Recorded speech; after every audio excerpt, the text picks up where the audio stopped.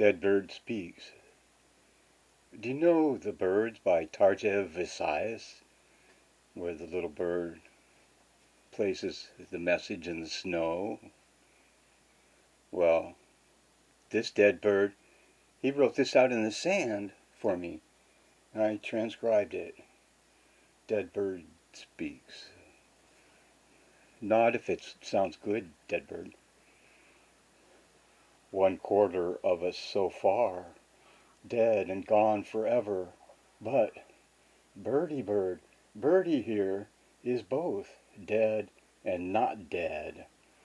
A Phoenix Lazarus bird. Addressing this dying, I will go to various locations, a photo montage of my non-activity. Dreaming I could encourage a kindness to feathered friends, those that remain, little lungs that can't handle diesel fume, coal-fired cities, habitats, trees, destroyed, all that. He ends with a little notice. Funeral processions for Dead Bird will start at town squares nationwide at noon tomorrow.